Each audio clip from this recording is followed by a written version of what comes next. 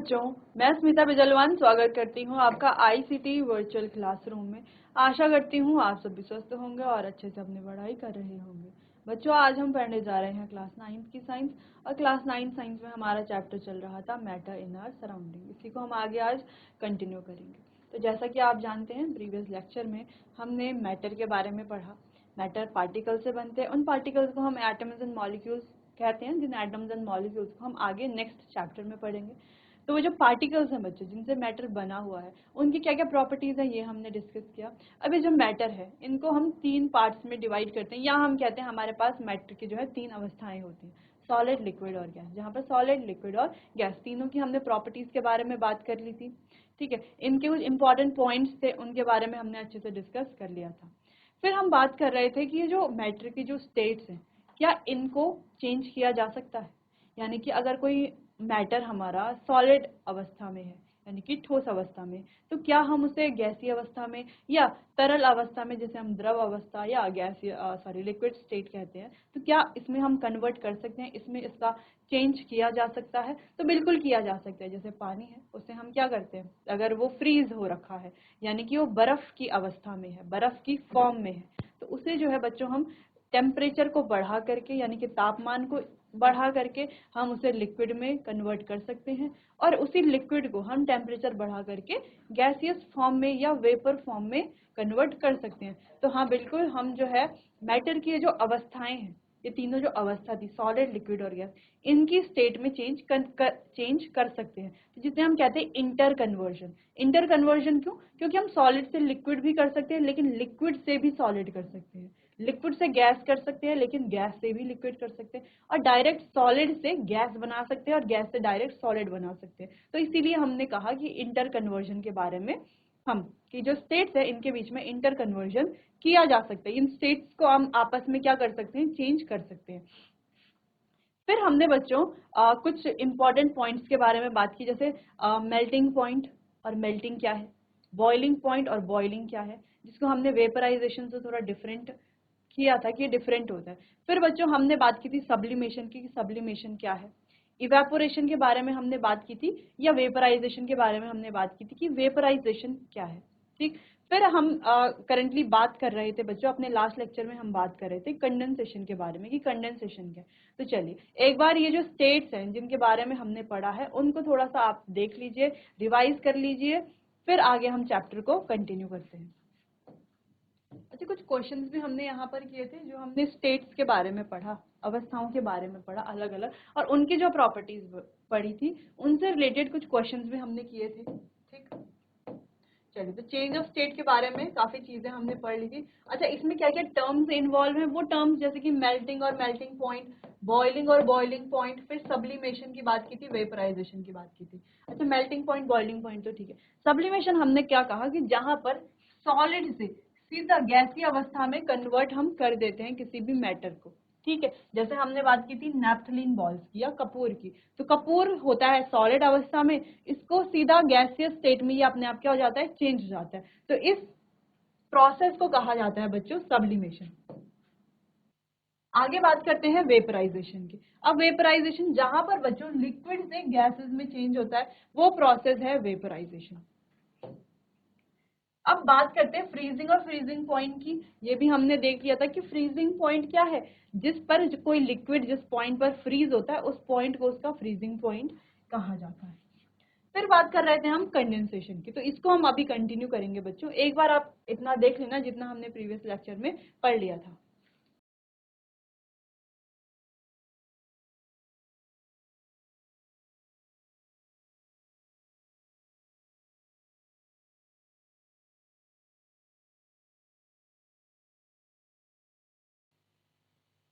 चलिए बच्चों, तो हम बात कर रहे थे कंडेंसेशन, जिसे हम संघनन भी कहते हैं। तो इस प्रोसेस में क्या होता है, कोई गैसियस स्टेट से हम इसको लिक्विड स्टेट या द्रव अवस्था में कन्वर्ट करते हैं। ठीक है, चलो, जैसे कि कैसे किया जाता है, जैसे कि हमने इस कंडेंसेशन की प्रोसेस को इस एक्सपेरिमेंट से समझा था।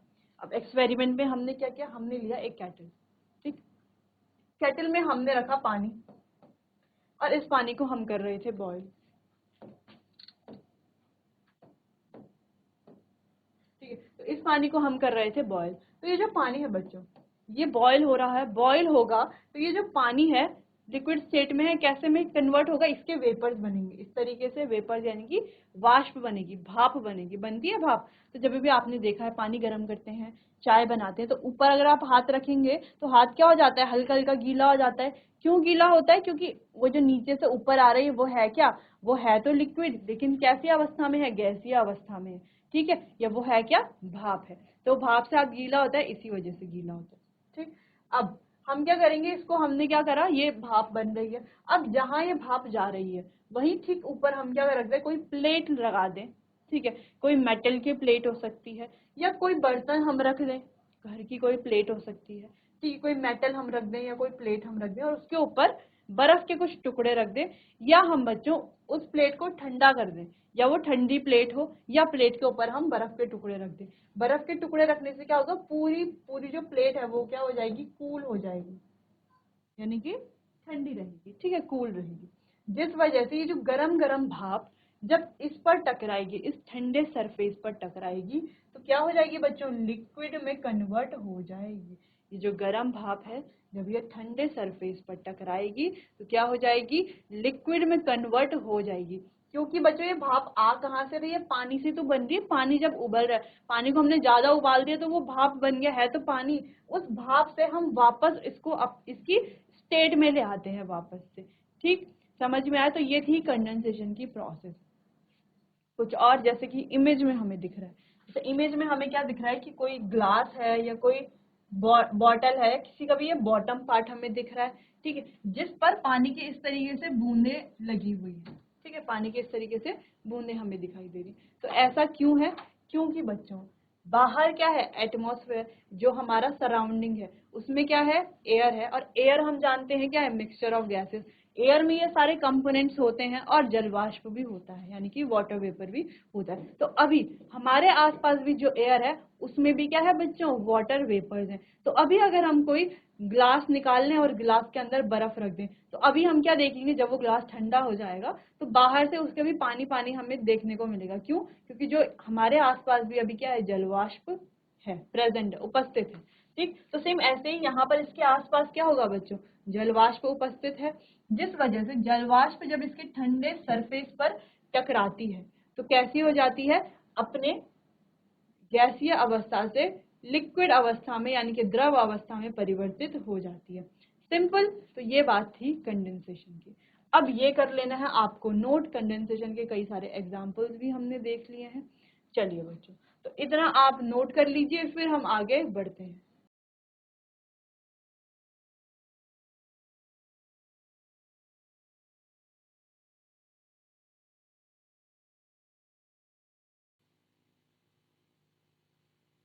चलिए बच्चों, तो अब आगे बढ़ते हैं। कंडेंसेशन आपको समझ में आ गया होगा। अब इफेक्ट के बारे में पढ़ते हैं, ठीक है, कि टेम्परेचर, चेंज ऑफ टेम्परेचर का क्या इफेक्ट पड़ता है इस पर, ठीक। टेम्परेचर यानी कि तापमान। अच्छा, टेम्परेचर जो है बच्चों एक बहुत ही इंपॉर्टेंट रोल प्ले करता है। अब वो क्या है वो हम आगे देखते हैं। चलिए, तो when a solid is heated, तो जब किसी भी सॉलिड को हीट किया जाता है, तो किसी भी सॉलिड को जब हीट किया जाता है तो ऐसा क्या होता है कि वो पिघल जाता है। अगर हम बात करें कोई बर्फ का टुकड़ा है, ठीक है, ये हमारे पास एक बर्फ का सिंपल सा टुकड़ा है। तो ऐसा क्या हो रहा है, जब हम इसको हीट कर रहे हैं तो ये मेल्ट हो रहा है। ऐसा क्या होता है, क्योंकि इसके जैसे कि हमें पता है, इसके जो क्या है, अंदर से जो पार्टिकल्स हैं वो तो क्या है, बहुत ही क्लोजली बॉन्डेड है ना, आपस में बहुत ही क्लोज, ठीक है, आपस में बहुत ही क्लोजली क्या है, बॉन्डेड है, ठीक है, एक दूसरे से बहुत क्लोजली क्या हो रखे हैं, चिपक रखे हैं, हम इस तरीके से कह सकते हैं। तो ऐसा क्या होता है कि ये क्या होता है कि ये टूट जाती है इनकी बॉन्डिंग, ये जो है पिघलने लग जाता है। तो ऐसा क्या होता है, चलिए तो इसी को हम यहाँ पर डिस्कस करेंगे। When a solid is heated, the kinetic of energy of its particle increases. तो ऐसा ये होता है बच्चों, इसके जो पार्टिकल्स हैं, ये जो पार्टिकल्स दिख रहे हैं ना, इनके बीच की जो काइनेटिक एनर्जी होती है, इन पार्टिकल्स की जो काइनेटिक एनर्जी होती है वो भी क्या होती है, बढ़ जाती है। काइनेटिक एनर्जी का मतलब क्या होता है कि काइनेटिक एनर्जी यानी कि कौन सा पार्टिकल जो है मूव कर रहा है, मूव करने के लिए जो एनर्जी चाहिए होती है उसी को हम काइनेटिक एनर्जी कहते हैं। जैसे अगर हम बात करें कि सॉलिड, लिक्विड और गैस में से सबसे ज्यादा काइनेटिक एनर्जी किसके पार्टिकल्स के पास होती है, वो होती है गैस के पार्टिकल्स के पास। यानी कि वो ज्यादा मूव करते हैं, निरंतर गति में रहते हैं, तो काइनेटिक एनर्जी उनकी ज्यादा होगी जो मूवमेंट करेगा, यानी कि मूवमेंट की जो एनर्जी है हम ये कह सकते हैं लिक्विड। और सबसे कम काइनेटिक एनर्जी होती है बच्चों सॉलिड वाले की, है ना, काइनेटिक एनर्जी के ही हम शॉर्ट में लिखते हैं काइनेटिक एनर्जी की अगर हम बात करते हैं। ठीक है, चलो इतना पॉइंट समझ में आया। Due to increase in kinetic energy the particle start vibrating with greater speed.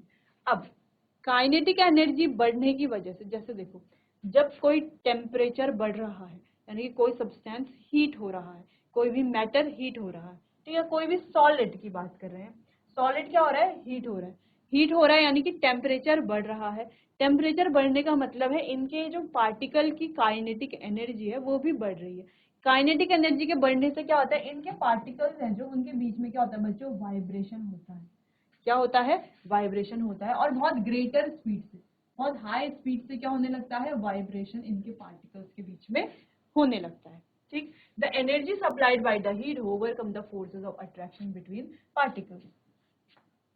तो हीट से जो एनर्जी आ रही है वो क्या करती है, इनके बीच में जो फोर्स है तभी तो ये पार्टिकल्स जुड़े हुए हैं, तभी तो एक सॉलिड बना हुआ है, फोर्स है ना, क्योंकि जैसे गैसेस की बात करें तो इनके पार्टिकल्स के बीच में अट्रैक्शन का फोर्स नहीं है, इसीलिए पार्टिकल्स क्या है, दूर दूर है, इसलिए ना डेफिनेट शेप है ना डेफिनेट वॉल्यूम है। लेकिन यहाँ पर अगर हम सॉलिड की बात करें तो डेफिनेट शेप भी है और डेफिनेट वॉल्यूम भी है। बच्चों ये पढ़ने के लिए आपको सॉलिड, लिक्विड और गैसेस के प्रॉपर्टीज को अच्छे से समझना होगा, अच्छे से आपको ये प्रॉपर्टीज याद होनी चाहिए जो कि हमने अपने प्रीवियस लेक्चर्स में कंप्लीट कर ली थी।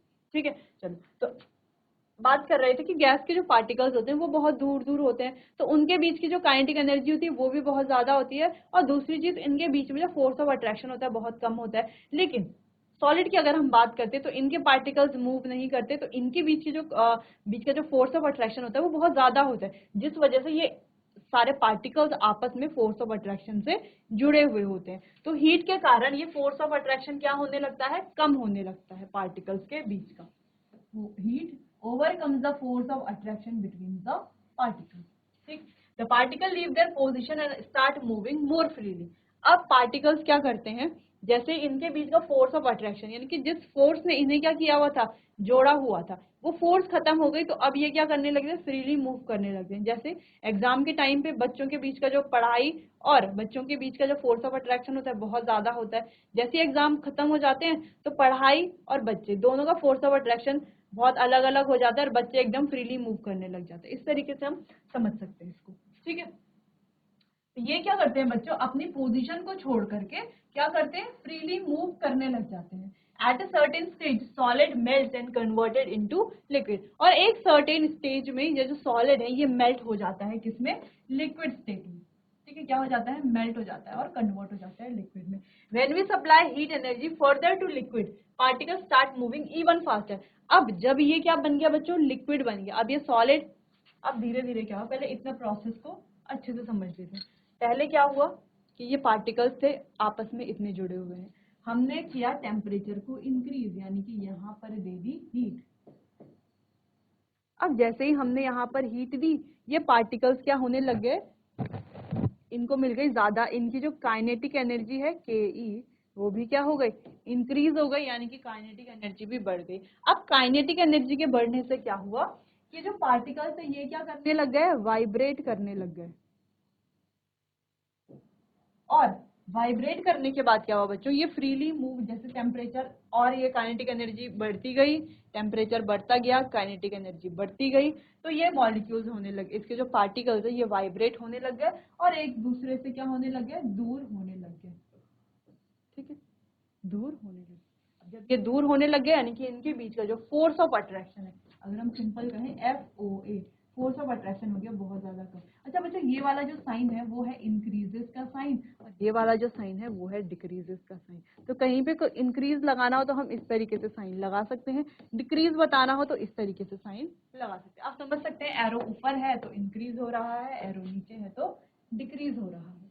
ठीक है, चलिए, तो जैसे कि हमने यहाँ पर कहा कि इनके बीच का जो फोर्स ऑफ अट्रैक्शन है वो भी क्या होने लगा, डिक्रीज होने लगा। अब फोर्स ऑफ अट्रैक्शन है नहीं तो वो क्या हो जाएंगे, अब वो फ्री स्टेट में आ जाएंगे, फ्री हो जाएगा और फ्रीली मूव करेंगे और फ्रीली मूव करेंगे। और एक स्टेज के बाद ये जो सॉलिड था, क्या था, ये जो सॉलिड था ये क्या बन जाएगा बच्चों, ये बन जाएगा लिक्विड।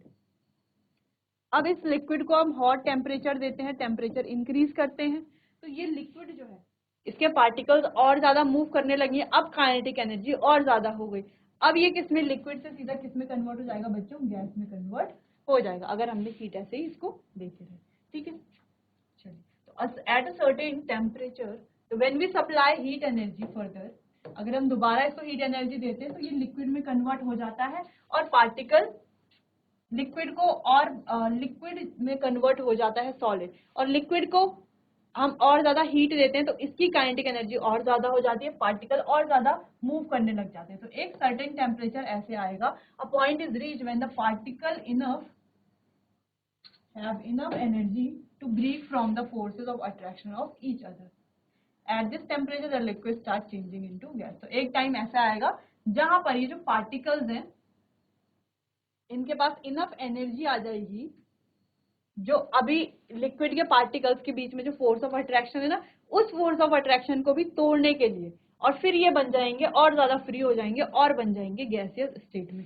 तो ये रोल प्ले करता है बच्चों टेम्परेचर, तापमान। हीट का मतलब वही है ना, हीट बढ़ाना यानी कि टेम्परेचर बढ़ाना, हीट कम करना यानी कि टेम्परेचर कम करना। ठीक है, तो टेम्परेचर और हीट हम इस तरीके से समझ सकते हैं। चलो, सिंपली हमने कहा कि कोई सॉलिड है, उसके पार्टिकल्स के बीच में फोर्स ऑफ अट्रैक्शन ज्यादा होगा, मूवमेंट पार्टिकल्स के बीच में मिनिमम होगी, सबसे कम मूवमेंट होगी।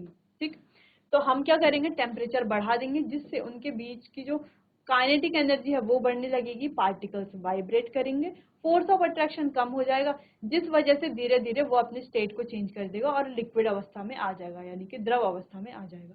फिर द्रव अवस्था में भी अगर हम कंटिन्यू हीट देते रहते हैं, टेम्परेचर यानी कि इंक्रीज रहता है, तो ये जो पार्टिकल्स हैं टेम्परेचर को बढ़ाते रहते हैं, तो ये जो गैस के जो पार्टिकल्स हैं इनकी काइनेटिक एनर्जी और ज्यादा हो जाएगी और थोड़ा बहुत जो फोर्स ऑफ अट्रैक्शन था वो भी हट जाएगा, वो भी पूरा टूट जाएगा, जिस वजह से ये जो पार्टिकल्स है लिक्विड के अब कन्वर्ट हो जाएंगे गैसेस में। ठीक, चलिए, इतना आपको नोट कर लेना है, बहुत इंपॉर्टेंट पार्ट ये है, इसको आप ऐसे भी समझ सकते हो। चलिए,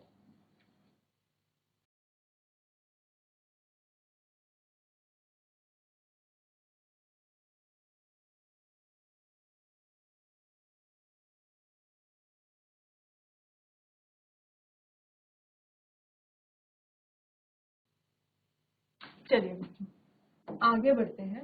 effect of change in temperature on physical state, यानी कि जो फिजिकल स्टेट है उस पर टेम्परेचर का क्या इफेक्ट पड़ता है। सबसे पहले है सॉलिड स्टेट। तो सॉलिड स्टेट को लिक्विड स्टेट में चेंज करने के लिए क्या करना पड़ता है, हीट देनी पड़ती है। ठीक है, हीट दे करके ये क्या होंगे बच्चों, मेल्ट होंगे, ठीक, पिघलेंगे, और लिक्विड से सॉलिड में बनने के लिए इसको कूल करना पड़ेगा, ठंडा करना पड़ेगा, यानी कि फ्रीज करना पड़ेगा। ठीक है, चलिए, अगला है लिक्विड स्टेट। लिक्विड से वेपर में चेंज करने के लिए हीट देनी पड़ेगी, जिसको हम बॉइलिंग भी कह रहे हैं।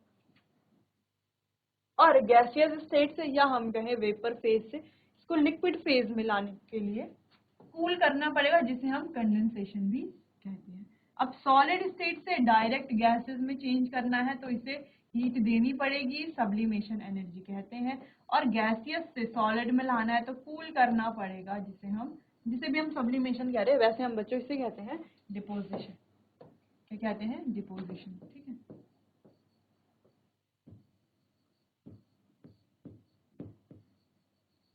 ठीक है, जैसे इसको हम बॉइलिंग कह रहे हैं वैसे हम इसे क्या कहते हैं, वेपराइजेशन कहते हैं। जैसे हम इसे मेल्टिंग कह रहे हैं इसे क्या कहा जाता है, फ्रीजिंग कहा जाता है। और इसे फ्रीजिंग सॉरी इसे हम मेल्टिंग कह रहे हैं इसे फ्यूजन कहा जाता है। और इसे हम फ्रीजिंग कह रहे हैं इस प्रोसेस को, तो फ्रीजिंग नहीं इसे सॉलिडिफिकेशन भी कहा जाता है। फ्रीजिंग भी कहा जाता है, सॉलिडिफिकेशन भी कहा जाता है, जैसे उसे मेल्टिंग भी कहा जाता है और फ्यूजन भी कहा जाता है। तो ये सारे टर्म्स आपको ध्यान रखने हैं। पहला है फ्यूजन, आगे क्योंकि आपको देखने को मिलेगा, सॉलिडिफिकेशन,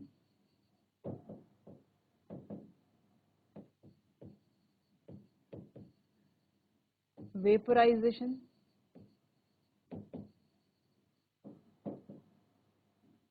कंडेंसेशन,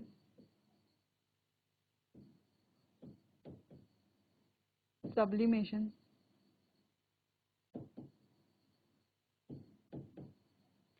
और लास्ट है हमारा डिपोजिशन।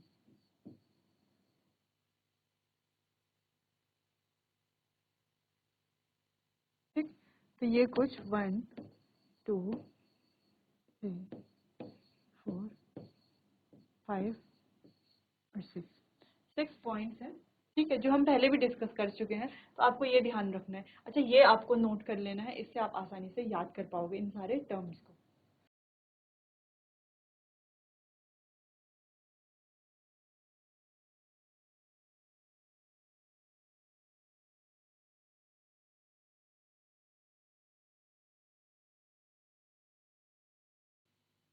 बच्चों आगे बढ़ते हैं अब स्केल्स ऑफ मेजरिंग टेम्परेचर। अब टेम्परेचर मेजर करने के स्केल्स के बारे में बात करते हैं। सिंपल वैसे हम सेल्सियस स्केल और केल्विन स्केल देखते हैं, और एक होता है हमारे पास फ़ारेनहाइट स्केल। ठीक है, तो ये 3 स्केल है जिसमें हम मेजर करते हैं टेम्परेचर को। ठीक, चलिए, तो ये है हमारा केल्विन स्केल, ये है हमारा सेल्सियस स्केल और ये है हमारा फ़ारेनहाइट स्केल। ठीक है, तो आप देख पा रहे हो, देखो केल्विन स्केल स्टार्ट होता है 273 से, जबकि जो सेल्सियस स्केल है वो स्टार्ट हो रहा है 0 डिग्री से, और जो फ़ारेनहाइट स्केल है वो स्टार्ट हो रहा है 32 डिग्री सेल्सियस। ठीक है, तो ये देखो यहाँ पर होता है 373 केल्विन। जब ये 100 डिग्री सेल्सियस होता है तो मतलब यहाँ पर 373 केल्विन, और यहाँ पर 212 डिग्री फ़ारेनहाइट। अब इनका क्या फॉर्मूला होता है, कैसे हम, अगर हमें केल्विन में टेम्परेचर दिया है ना, अगर हमें केल्विन में टेम्परेचर दिया है, कैसे हम इसको सेल्सियस में चेंज करेंगे, सेल्सियस में दिया है तो कैसे हम इसको केल्विन में चेंज करेंगे। तो ये हमें आगे पढ़ना है, इसको हम अभी डिस्कस करेंगे। पहले फिलहाल आपको इतना आप नोट कर लीजिए। ठीक, चलिए, तो इतना आपको नोट कर लेना है।